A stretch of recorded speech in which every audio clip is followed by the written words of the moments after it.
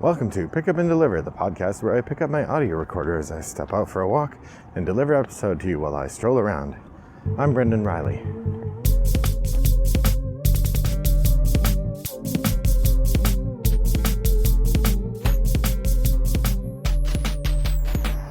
Well, good morning, listeners. It's a lovely day here in suburban Chicago. It's kind of hazy today. It's that kind of sunny where there's not clouds in the sky per se, but the sky still looks very gray rather than blue. So I think there's just a slight haze. I don't know if this is still wildfire smoke or something else, but there we are. Well, however you cut it, it is mid-August. This is my third episode since we came back from the unplanned 6 weeks hiatus, and I'm glad to be back again. Today I will be doing the top of the stack for August 2023, which puts me in line to be ready for the next month. Or the month that we're currently in, right? Normally top of the stack is an episode I do right at the beginning of the month. Of course, because I took an unplanned 6 week hiatus, instead of doing my top of the stack episode at the beginning of August, I'm doing it here in the first week and a half of August, but not right at the beginning. Also, if you're new to the podcast, like say the last 3 episodes are the ones you listen to, I don't do one of these every other episode. I do one a month usually. So if you don't like the top of the stack episode, feel free to jump on to the next thing. Also, I do like to remind listeners that the phrase top of the stack I swiped from the podcast of Nonsensical Gamers, a podcast I really enjoyed, and unfortunately they have not been on in quite a while, but that's okay. I miss them nonetheless. So today we will be talking about my gameplays in July, and then we're ready for August. So here we go. July 2023, my final monthly stats from July. I had 88 plays of 59 different games. As a reminder, many of those are asynchronous, but I do play quite a few games in person as well. Certainly not to the extent that 88 plays suggests. Most of those are online, but still. 59 different games played. This year I've played 613 plays of 226 different games. My shelf of opportunity. This is the games that I own that I haven't played, that I'm excited to play, but I haven't gotten a chance yet. Some people call this the shelf of shame. I call it my shelf of opportunity. My goal each year is to get it smaller than it was before, and inevitably it stays about where it is. Sometimes it goes up a little bit, sometimes it goes down. This year so far I am still working my way down. I started the year at 55, and right now I started the month of July at 53, and I went up to 56. July ended up being a month of acquiring games, and so the shelf of opportunity got more full. My collection size, generally I'm trying to reduce that as well. I started the year with 553 games, and I'm up to 562. I started the month at 561, so I acquired 1 game in July. That's not bad. I can already tell you August is looking not good from the perspective of trying to get my collection size down. In the month of July, my most played game was Through the Ages. That's asynchronous with 7 plays. And second up is Arkham Horror, the card game, which is on the table with 6 plays. So certainly getting a lot of Arkham Horror in this summer, which has been really nice. My top of the stack goals, I picked out 4 games I wanted to play. I wanted to play The Gardens, Altiplano, Time Pirates, and Coimbra. I did manage to play The Gardens and Altiplano. I did not manage to play Time Pirates, and I did manage to play Coimbra. So 3 of the 4 is pretty good, I think. Time Pirates has been my novelty choice for like 3 months now. It's going on 4 in August. I'm just leaving it there till I get it played. It looks very silly, but I want to try it anyway. It's designed by Alan Moon. He knows what he's doing. Anyway, Time Pirates. It's a game I'm keen to try. So I did try quite a few new games in July. I don't know if you remember, in June, the new game list was very short. I think it was 3 games or something. This month it's back to my normal amount. At the beginning of the month, I had played 61 new games this year, and by the end of the month, I had played 70. So I played 9 new games this month. And of course, when I say new here, I don't mean brand new games, although some of these are. Instead, I mean new to me, games that I've never played before. First on the list is Bloom. I tried this at the end of my Canada vacation, which I told you about in June. That's actually the reason I stopped broadcasting. I went on a Canada vacation and I just never started up again. Bloom is from Gamewright Games, and it's in the same genre as Quicks. It's not quite as good as Quicks, but it's interesting in the game, and you're rolling and writing and marking stuff down on paper, and you score at the end based on a combination of things you've circled. Mainly there are two ways to score points. Either you fill up boxes. The thing is divided into 6 boxes of flowers, and you're drawing circles around groups of flowers. So either you fill up a box and you score points for filling out how many boxes you got, and then you also get points for circling all the flowers of a certain color, right? So it's a balancing act along with an optimization puzzle. It's good. It is the kind of game that's fun to play once a year probably, versus Quicks, which is fun anytime. I've only played Bloom a couple times already now, but I feel like it's one of those games every now and again it'll be fun. So that's Bloom. Next up we have The Gardens. The Gardens is a set collection game, very pretty, based around the botanical gardens in Sydney, Australia, designed by Gilbert and Dunstan, and pretty fun. Very pretty, fun game, entry level, but still good. Crossing Oceans. This is the redo of Transatlantic from Mac Gerdts. It reconfigures so Mac Gerdts Transatlantic is basically Concordia evolved into this shipping game, and it wasn't all that well received, although I thought it was pretty good. And then Crossing Oceans is kind of like using a rondel to do a very similar thing. Still really neat. Glad I have both. I'm not sure which one I like better. I'll talk about that more in an Espresso episode. We tried Fire in the Library. This is a game I borrowed from the XYZ Game Labs library. We have a copy over there. Tony Miller is the designer, I believe. It's a fun game in which you are trying to stop the Library of Alexandria from being burned down. You're librarians, and it's a push your luck game where you're trying to save as many books as you can, but if you get too much fire, then all the books you're trying to save burn up. That's not bad. I'll talk about that more in a Espresso episode. I'm gonna stop saying that. All of the rest of these I'll talk about more in Espresso episodes. Orphan Black the card game is a really interesting sort of light deduction game along with some set collection. Nemalia is a very interesting card layering game in the same neighborhood as Sprawlopolis, or to a lesser degree the Skulls of Sedlec. I haven't played Circle the Wagons, but apparently that game works this way too. You have cards, you're layering them, you're trying to score, and it also uses Isle of Skye scoring, where you have a bunch of different scoring conditions and you score different combinations of them each round. It's pretty good. I like that one a lot. Expeditions is the kind of sequel to Scythe. It takes place in the Scythe universe and shares a little bit of sort of action selection DNA with Scythe. It is a very different game and interesting, but in a different way. I thought it was fun. I don't know if I like it better than the Scythe, but I don't really know that it's fair to compare them. That Time You Killed Me is a sort of chess-inspired abstract that has some really interesting components in which you're playing on 3 different boards at once. There's a time travel theme that's pretty enjoyable. I played it once and I liked it, but I was not very good at it. I want to play it a few more times before I really know what I think. And finally, we play Suspects. Claire Harper Takes the Stage. This is a mystery game themed around a detective who is trying to solve a mystery. There are cards to draw and questions to answer at the end of the game.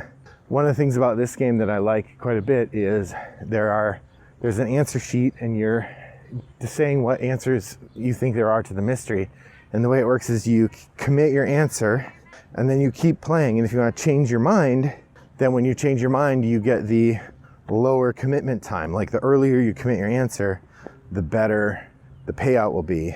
If you change your answer later, then you get the lower payout. It's a very friendly system, but I think works really well. So that's Claire Harper Takes the Stage, part of the Suspects line. We do like it, so that's good because there's several of them, I think 5 or 6 different Suspects games. So if we decide we like those, we can play them for a while. So those are the 9 new games I tried in July. Next up, my painting challenge. I did very little progress on my painting challenge. My goal was to do some more Hellboy finished the Nazi minis for Hellboy and started on the Cerebria minis. I did a layer of base coat on the Nazi minis, and that was kind of it. So I did very little progress in July. And August is not looking great either, but we'll see. Next up, my Shelf of Opportunity log. There were 56 unplayed games as of the last update. If you want to check those out, you can go to the page on the Rattlebox Games page for this podcast has a link to my Shelf of Opportunity, so you can see what are the games that are on there. I did get to try 8 expansions this month to games I had played already. First off, the Unlock Ticket to Ride lesson of the Game Adventures box. We played the Edge of the Earth. We started the Edge of the Earth campaign. I think we did not quite finish it in July, but we finished it before I went to Gen Con, so that was really fun. We did the Disappearance of Sherlock Holmes exit game.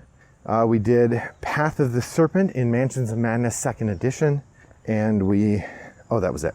So there's 4 new expansions tried this month for a total of 12 so far this year. And then finally, Out of the Dust plays. As a reminder, Out of the Dust means a game gets dusty when it hasn't been played for a year or more. So if I come back to a game that I played over a year ago, it's come out of the dust and it goes onto this list. So far I've dusted off 37 games this year before August, and I had 5 this month. First off, Tussie Mussy, which is an interesting flower trading game with just a little bit of bluffing and set collection. That was 2 years, 9 months, and 13 days. My wife and I played that on our vacation in a little cafe, which was really fun. Next up was Coimbra. I played this twice 4 years ago, but I really like it, so I bought it when I was on my trip. That was my game souvenir from the trip, and really excited to give that a go, or to play it again. It is great.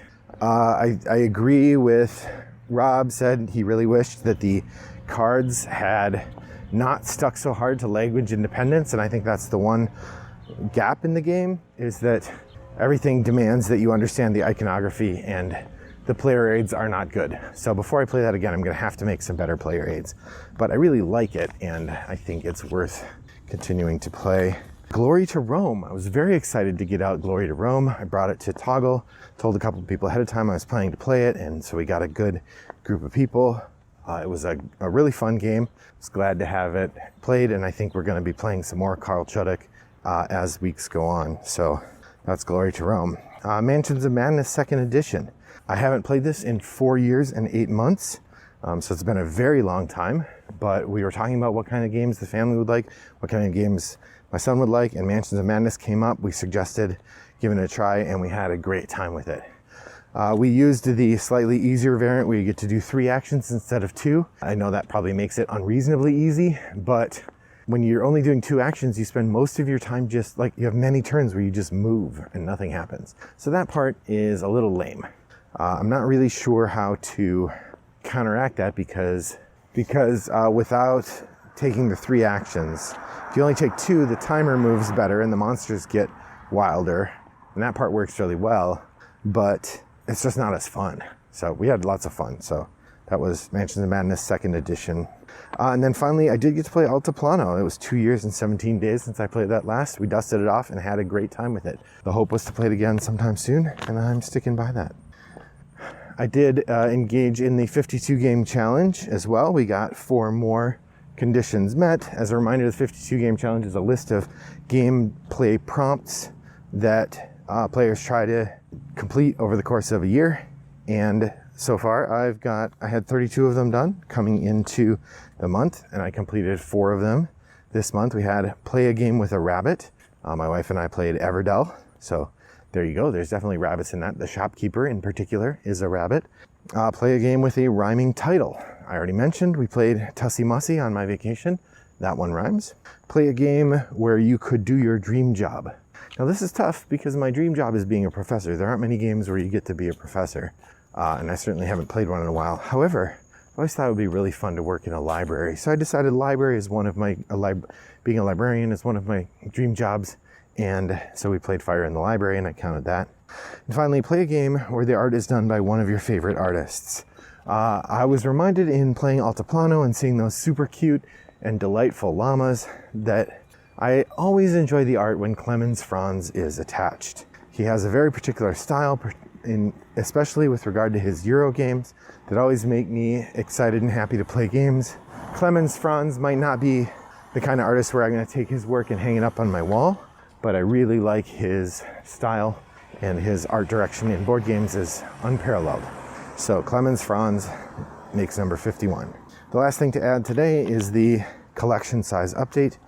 So it's funny, I ended up one game up from where I started. I started at 561 games in my collection at the beginning of July. Now listen to this roller coaster up and down.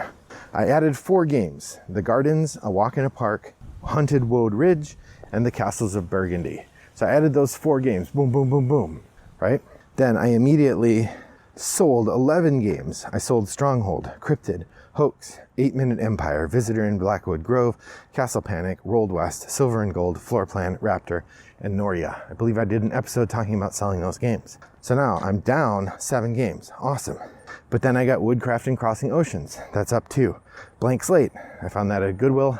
Excellent buy. Up 1. Public Assistance. Rob found that at Goodwill for me. It fits my academic interests, although it looks like a horrifying game, both in terms of shitty gameplay, pardon my French, and also really awful theme. I don't like owning it, but I know buying it did not give any money to the people who made it, and having it will let me study it. So yeah, but awful theme. Then I bought 3 more games: 10 Penny Parks, Nomalia, and Suspects. 10 Penny Parks and Suspects I got at the Downers Grove Village shopping day. And then Nomalia, I had some Amazon points that I spent on that game. And finally, I got Great Western Trail 2nd Edition as a gift from a friend. Paul, thank you, Paul. That put me at 562 games in the collection, up 1 from where I was in June. So much for my selling 11 games to put a dent in my collection. Finally, I picked up my next 4 games. Brand new one is going to be Revive. I knew I was going to get this at Gen Con, so I put it on my list. My top 50 choice, I think I'm going to try to play Trismegistus again. This is a tricky one to get played, but I think it would be really fun, so I'm going to play that. Novelty, like I said, I'm leaving Time Pirates on there. And then finally, Vagrant Song is the last game that I would like to try to get played. This one would be playing with the family, and I think we can do it. We'll see. So that's Revive, Trismegistus, Time Pirates, and Vagrant Song. So what did you play in July? Head over to Board Game Geek Guild 3269 and share your thoughts. I'd also love to hear, what are you planning to play in August? What have you been playing? I haven't heard from you in a while. I've been gone for 6 weeks. Head over there and let me know. You can also send me an email, brendan@rattleboxgames.com, or you can message me on Board Game Arena or Boîte à Jeux or Board Game Geek. All 3 places. Wombat929 is my username there. Excuse me, not Boîte à Jeux, yukata.de. I'm not visiting Boîte à Jeux anymore because it's on the verge of going out of business or shutting down. So I'm not starting games or playing games there anymore. So if you were looking for me there, too bad, I'm not there. Well, thanks for joining me on Walk today. I hope that your next walk is as pleasant as mine was. Bye-bye.